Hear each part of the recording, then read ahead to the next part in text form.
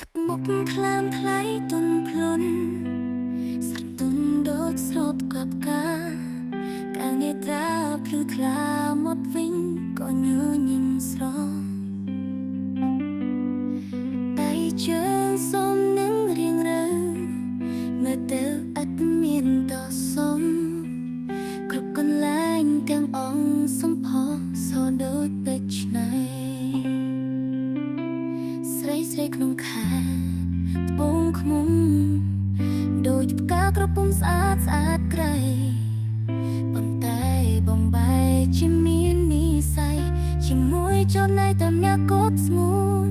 សង្ឃឹមពិសេសប្រណី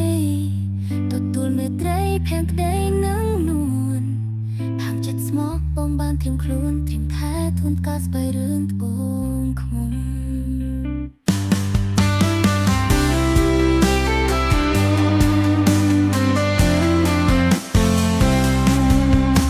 ទឹកមុខខ្លាមថ្លៃទុនភ្លុន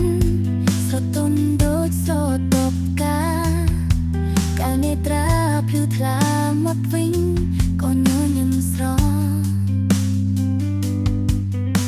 ដៃជើងសូមនឹងរៀងរើមើលទៅអត់មានតសំ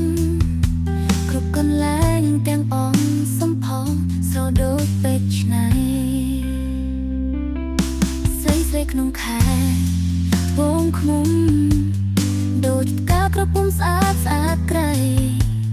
ប៉ុន្តែបងបែកជាមាននិស័យជាមួយចំណៃតែអ្នកកត់ស្ងួនសង្ឃឹមពិសេសប្រណីទទួលមេត្រីភាំងក្តីនឹងនួន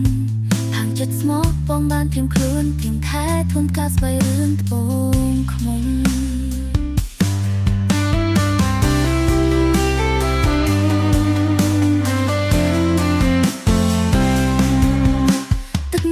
ខ្លាមថ្លៃទុនភ្លុនស្រទុនដូចស្រទប់ការនេត្រាភ្លឺថ្លាមកវិញក៏ញញឹមស្រង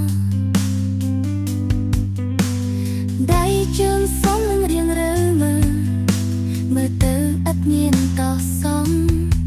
គ្រប់កន្លែងទាំងអង្គសំផងស្រដូចពេជ្រឆ្នៃស្រីក្នុងខែត្បូងខ្មុំដូចផ្កាក្រពុំស្អាតក្រៃប៉ុន្តែបងបែកជាមាននិស័យជាមួយចំណៃតែអ្នកកត់ស្ងួ